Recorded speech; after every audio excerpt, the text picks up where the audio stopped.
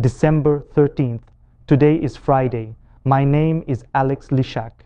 Macron has arrived in Warsaw. This is not the first time he has proposed sending troops to Ukraine. However, now these words have taken on a completely different context than before. The possibility of creating a peacekeeping mission which could be deployed in Ukraine as part of a peace agreement has become more realistic. These troops could be stationed along the demarcation line, which Trump's entourage sees as the basic scenario for ending the war in Ukraine. Last Saturday, Macron, Trump, and Zelensky had a conversation in Paris after the ceremony of reopening the restored shrine and the Parisian landmark, following the fire caused by Russian terrorists at Notre Dame de Paris. I must note that this was an attack on all the values of the Western and civilized world, as the cross on which Jesus was crucified was located in this cathedral. This cross was once brought from Ukraine, transported from the Vatican in honor of the victory over the Mongols and Russians. At that time, the Ukrainian prince was crowned for the first time as the defender of Europe.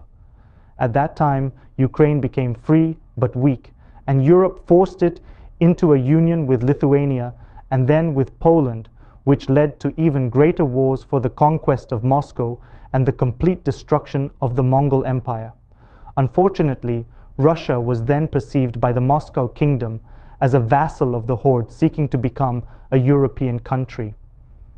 The consequences of this mistake led to countless wars and the resurgence of an empire that thrives on war, terrorism, and the desire to conquer Europe and the USA.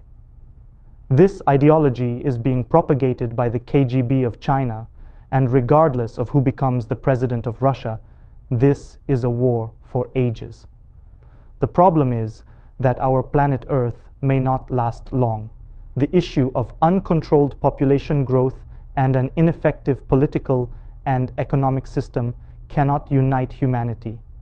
People are struggling to live, and all the problems are created by Russia, trying to destroy the civilized world from within, trading drugs worldwide and spreading propaganda in every country. Trump believes he can negotiate with Putin, but this may only be a temporary pause, as no one can offer the KGB anything that could make them abandon their primary goal of existence. People in Russia are willing to endure everything. Yesterday in Vladivostok, sewage flooded the main streets of the city. In 70% of the country, there is no gas for heating, yet they voluntarily go to war for 3 times less money than at the beginning of the conflict and do not protest against the war. Trump, as a basic option, wants to guarantee Ukraine's security, but he does not want Ukraine to join NATO. The only option is to bring Ukraine into NATO, says Zelensky. Some American Republicans have suggested sending weapons to Ukraine so it can fend for itself. The model of joining, as it was in Germany, does not quite fit our realities. The third, conditionally Korean option is the freezing of the front lines for an indefinite period. This is the basis of almost all of Trump's peace plans and the idea of introducing peacekeepers, which Macron is currently working on. He is obviously trying to negotiate with several countries to participate in creating such a security guarantee. In this case, it is likely that the Russians would not dare to attack the troops of other countries. The security guarantees in this case should work. However, combat-ready troops stationed on the border with Russia are unlikely to be something Putin is prepared for. He, according to his words, feared this very outcome.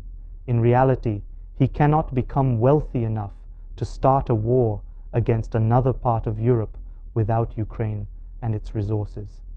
Everyone knows that Ukraine, with its 45 million population, was a titan in the center of Europe and took the brunt of the attack. Now Ukraine's population is 30 million.